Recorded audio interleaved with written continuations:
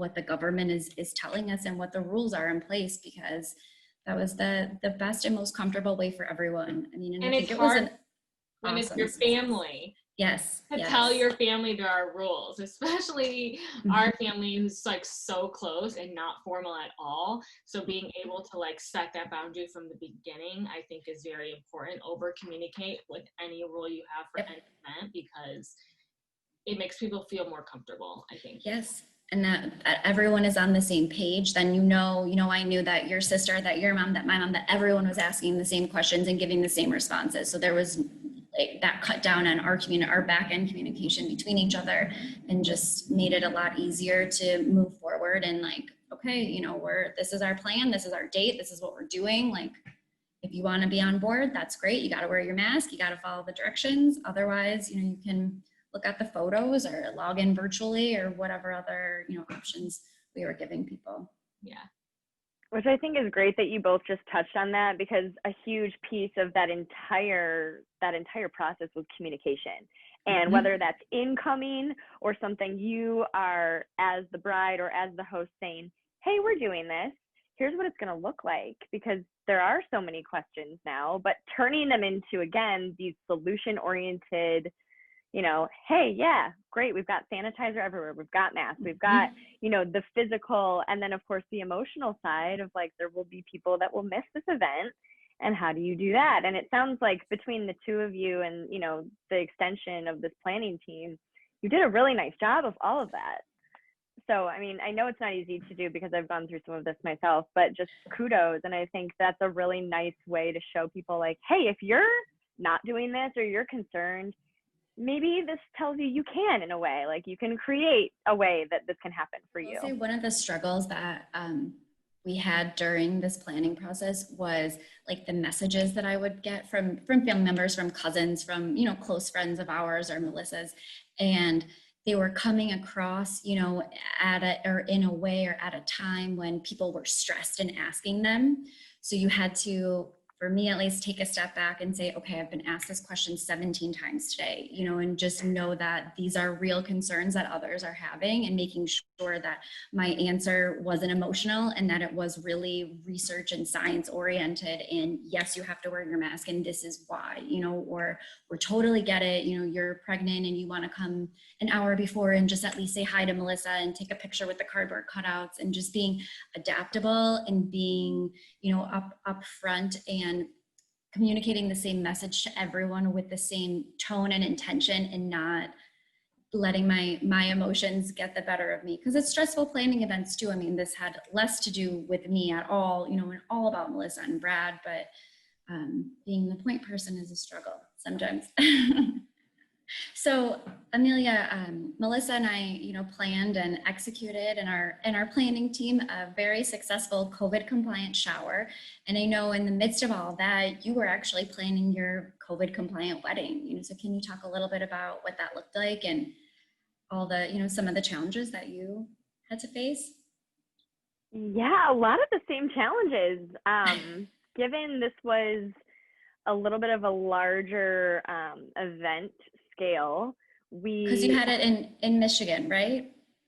Exactly. I was just about to say, like, how do I explain that in Michigan, in this snapshot of time, there were these certain rules and regulations, which is something we were monitoring, like you were saying, with the CDC, with any executive orders, you know, the local orders, everything. And conveniently, we got married at town hall, and it was always supposed to be at a town hall. So like the local government was always kind of on our side, which allowed us to have a really amazing circumstance, which was everything was outdoors. So we knew we had to have not just one wedding plan, but we needed to have several. The really creative things I thought that you did, Amelia, was you asked everyone to RSVP virtually. Because, you know, and I can remember getting emails from you, you know, not only as like a member of the bridal party, but as a potential wedding guest, saying like, hey guys, check our website, check it all the time. You know, that's where we're going to be doing the majority of our updates.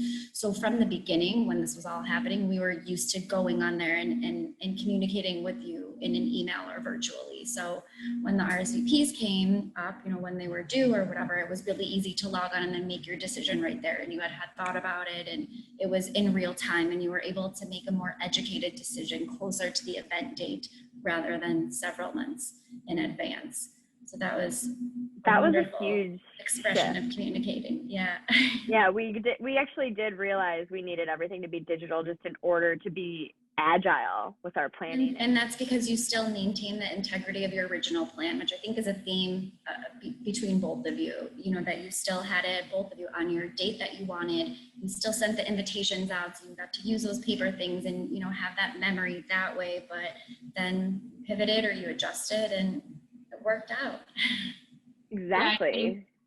I think that once you kind of take away, okay, it has to look like this, it has to be this, because that was my original plan, you can still maintain parts of that, but you have to adjust with it. Because if you don't, you're going to let yourself down. You're going to be overwhelmed with the change. And I think, Amelia, what you said, like being comfortable with the uncertainty, like some of that is not going to play out until the week before your wedding. Like it might not, some of that of, okay, I have 3 dates on hold for next year because I don't know where this is going to be, which I know a lot of you guys are probably going through now, of you have to move your wedding or you just got engaged and you don't know when it's going to be, and everyone's asking you and you're like, I have 3 dates, I don't know. Like, it's okay to have that uncomfortability and have that uncertainty, but just, communicating with people and letting them know, like, I'm figuring it out. You'll know when it's closer, and just check your email because I'll be emailing you for an RSVP, because things are changing overnight and things are not normal. Like, can you imagine, like, last year if someone ever changed their wedding date or like told you to RSVP the week before? You'd be like, absolutely, what are they doing? Like, that's absolutely not. It's just the world is so different now, and I think you can't, sometimes I feel like it's hard to communicate with brides who've had like a normal wedding and you have this kind of a 2020 wedding, and so this is a safe space for everyone to come in and you are feeling spicy about a conversation you've just had with someone who had a perfect storybook wedding and you don't, like, we'll help you, like we'll help you figure it out, and you're not by yourself in feeling that way. Yeah, like, hey, we need all the spicy brides. Like, if you know someone going through this, if you have gone through this, like, we want to hear from you. We want you part of our community because we know that we can help. And we know that there are plenty more events, celebrations, and brides to come. From just our idea between the 3 of us has been growing really quickly, and we've created an online community of fellow COVID brides, bridesmaids, fellow wedding parties that have been affected by this. Melissa, do you want to talk some more about some of the things that we've been working on or some of the ways that people can get involved with us? Absolutely. So if you head to the spicybrideproject.com, that's where we have all of our social media linked. We're on pretty much every site. We've been doing live events, live workouts. Katie and Amelia are, as they mentioned, dance coaches and fitness instructors. So you'll be seeing a lot of them on our site. But we've been doing a lot of stuff on Instagram. We are launching the Spicy Bride Society. So those of you who are kind of in the thick of it with planning and need logistics help, ideas about showers, about events, communication tips, please join that. If you like our Facebook page, then we'll invite you to that society. A lot of really spicy stuff in the pipeline. We've just launched our spicy shop, our online store for COVID brides. We also are going to be doing some live events when we're able to, but for now, obviously virtual will be the way. Okay, well, you guys, it has been such a joy talking about the Spicy Bride, how it came to be, where we're headed, where we're going. Thank you all for joining and listening in. All we really need from you is your stories, your connections, all the Spicy Brides in your life. You can find us at thespicybrideproject.com. You'll find all our social media channels there. Connect with us, get in touch, and we'll see you spicy things at the next episode of the Spicy Bride Show.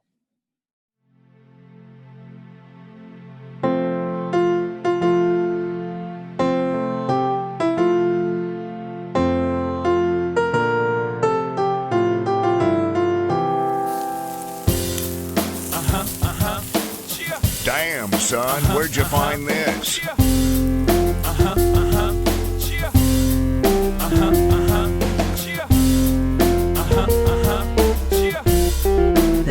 Spicy Bride Show.